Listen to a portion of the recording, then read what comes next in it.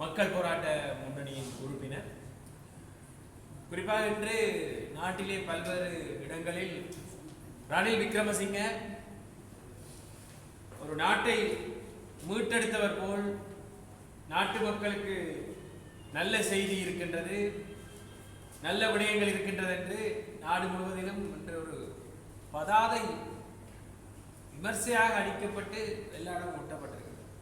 உண்மையிலேயே இவர்கள் நாட்டுக்கு எதுவும் நல்லது செய்தார்களா என்ற அந்த ஆழமான விடயத்தை நாங்கள் சிந்தித்து பார்க்க வேண்டும். 2022ஆம் ஆண்டு பொருளாதாரம் மிக மோசமாக பாதிக்கப்பட்ட பொழுது மக்கள் வீதிகளுக்கு இறங்கி இருந்தார்கள். ஏனென்றால் அன்று வரிசைகளில் மக்கள் நிற்க வேண்டியிருந்தது. இந்த வரிசைகள் நீங்கிவிட்டால் பொருளாதாரம் மீண்டு விட்டது என்ற அந்த சிந்தனை பொருளாதார மீட்சியாக இன்று பரப்புரை செய்யப்படுகின்றது. ஆனால் உண்மை அதுவல்ல. கிட்டத்தட்ட 70 லட்சம் மக்கள் ஒருவேளை உணவுக்கு கூட கஷ்டப்படுகின்ற நிலையில்தான் இலங்கை இன்று தனது பொருளாதாரத்தை வைத்திருக்கின்றது. எந்த பாரிய முன்னேற்றங்களும் பொருளாதார ரீதியாக அடையப்படாத ஒரு இடத்தில் நாங்கள் இருக்கின்றோம். 56 பில்லியனாக இருந்த கடன், பின்னர் 74 பில்லியனாக இருந்த எங்களுடைய கடன் 2 வருடங்களின் பின்னர் இன்று $100 பில்லியன் எட்டி இருக்கின்றது.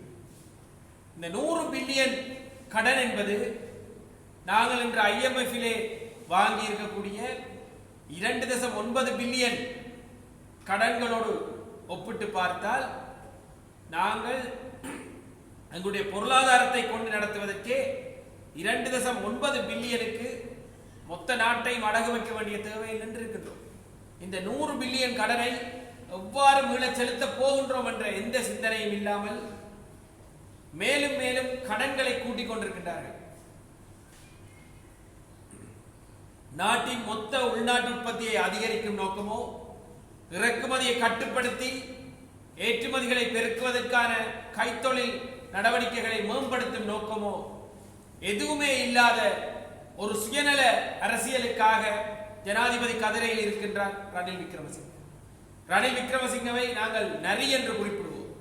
அந்த நரி தனது ஜனாதிபதி பதவிக்காக எந்த எல்லைக்கும் போய் இந்த நாட்டை நாசம் செய்வதற்காக எந்த எல்லைக்கும் போகக்கூடிய ஒரு நிலையை என்று அடைந்திருக்கிறது.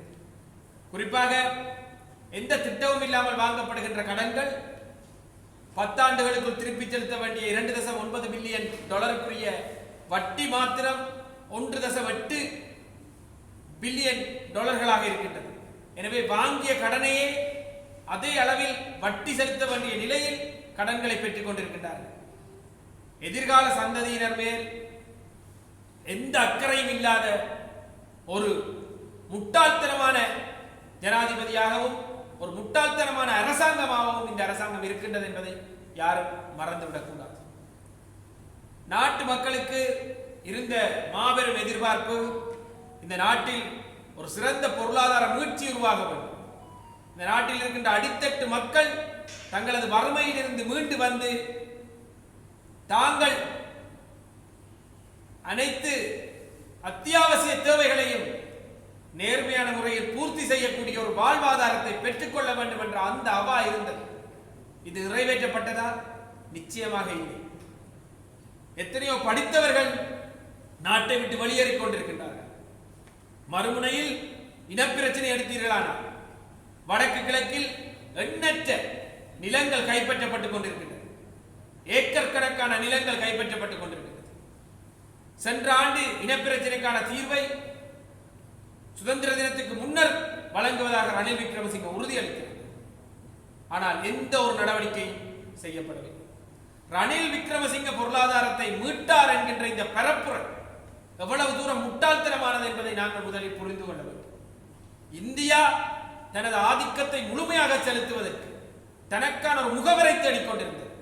அந்த முகவராக ரணில் தொழிற்பட தயாரானார். அவர் முகவராக தொழிற்பட தயாரான போது இலங்கைக்கு தேவையான வரிசைகளை இல்லாமல் ஆக்குவதற்கான சில அடிப்படை விஷயங்களை இந்தியா செய்து கொடுத்தது. அதற்கு பதிலாக இந்தியா இலங்கையின் எத்தனையோ நிலங்கள், எத்தனையோ வியாபாரங்கள் இலங்கை மொத்த பால் உற்பத்தியே அதல பாதாளத்தில் தள்ளக்கூடிய பால் உற்பத்தி நிறுவனங்களை, இலங்கையின் துறைமுகங்களை இன்று மெதுமெதுவாக எடுத்துக் கொண்டிருக்கிறது. இலங்கை தனது இறைமையை இந்தியாவிடம் அடகு வைத்திருக்கிறது. இதைத்தான் ரணில் விக்ரமசிங்கே இத்தனை காலமும் செய்து கொண்டிருக்கிறார். இது ஒரு பொருளாதார மீட்சியா? இது இந்த நாட்டுக்கு வழங்குகின்ற நல்ல செய்தியா என்பதை நாங்கள் அனைவரும் சிந்தித்து பார்க்க வேண்டும். இன்று பொருளாதாரத்தில் சற்று உயரத்தில் இருப்பவர்கள், இடைத்தட்டு மக்கள் அல்லது நடுநிலை வர்க்கத்தில் வருமானத்தில் சற்று உயர்வாக இருப்போர் தாங்கள் நல்ல நிலையில் இருப்பதாக எண்ணிக்கொண்டிருக்கின்றார்கள். ஆனால் உங்களுக்கே தெரியாமல் உங்கள் அடியில் பெரியோர் எரிமலை எரிந்து கொண்டிருக்கின்றது. மீண்டும் இந்த நாடு இப்படியே செல்லுமாக இருந்தால் மிக பாரிய பொருளாதார சிக்கலுக்குள் தள்ளப்படும். நாடு என்பது உழைத்து ஏற்றுமதிகள் மூலம் பணத்தை பெற்று தனது சென்மதி நிலுவையை நேராக்கி ஏற்றுமதி வருமானம் அதிகமாகவும் இறக்குமதி செலவு குறைவாகவும் வைத்துக் கொண்டு இந்த நாட்டை முன்னேற்ற வேண்டும். அப்பொழுதுதான் எங்கள் கையில் டாலர் என்கின்ற வருமானம் இருக்கு. இந்த டாலர் வருமானமே இல்லாத பொழுதுதான் நாங்கள் கடன்களை பெற்றுக் கொண்டிருக்கின்றோம். இந்த கடன்களை தவிர்ப்பதற்கான அடிப்படை வேலை திட்டமேற்ற ஒரு அரசாங்கமாகவும் ஒரு ஜனாதிபதியாகவும் ரணில் விக்ரமசிங்கே செயல்பட்டுக் கொண்டிருக்கிறார். அத்தனை ஊழல்வாதிகளையும் விரட்டி அடிக்க வேண்டும் என்று மக்கள் வீதிகளில் நின்றார்கள். என்ன நடந்தது? அதே ஊழல்வாதிகளை வைத்து அரசை அமைத்தார் ரணில் விக்ரமசிங்கே. உலகத்தில் எந்த மூலையிலாவது மருந்தில் கலப்படம் செய்திருக்கின்றார்கள். மக்களின் உயிர் காக்கக்கூடிய மருந்துகளில் கலப்படம் இடம்பெற்று கேலிய ரம்புக்களை சிறையில் இருக்கிறார். இப்படி மோசமான ஒரு அரசாங்கத்தை நடத்தி கொண்டிருக்கும் ரணில் விக்ரமசிங்கே சிறந்த ஒரு ஆட்சியை வழங்குகின்றார் என்ற பரப்புரை எவ்வளவு மோசமானது என்பதை மக்கள் புரிந்து கொள்ள வேண்டும். இந்த மோசமான ஆட்சி விரட்டி அடிக்கப்பட வேண்டும். மக்களுக்கான நீதியான நேர்மையான ஒரு ஆட்சி உருவாக வேண்டும். அப்பொழுதுதான் இந்த நாடு மீட்சியை நோக்கி செல்லும். இல்லாவிட்டால் இவர்களது இந்த கேம் அரசியல், இந்த விளையாட்டு அரசியலுக்கு இந்த நாட்டின் அத்தனை மக்களும் பலியாகுவார்கள் என்பதை நாங்கள் யாரும் மறந்துவிடக்கூடாது. நன்றி.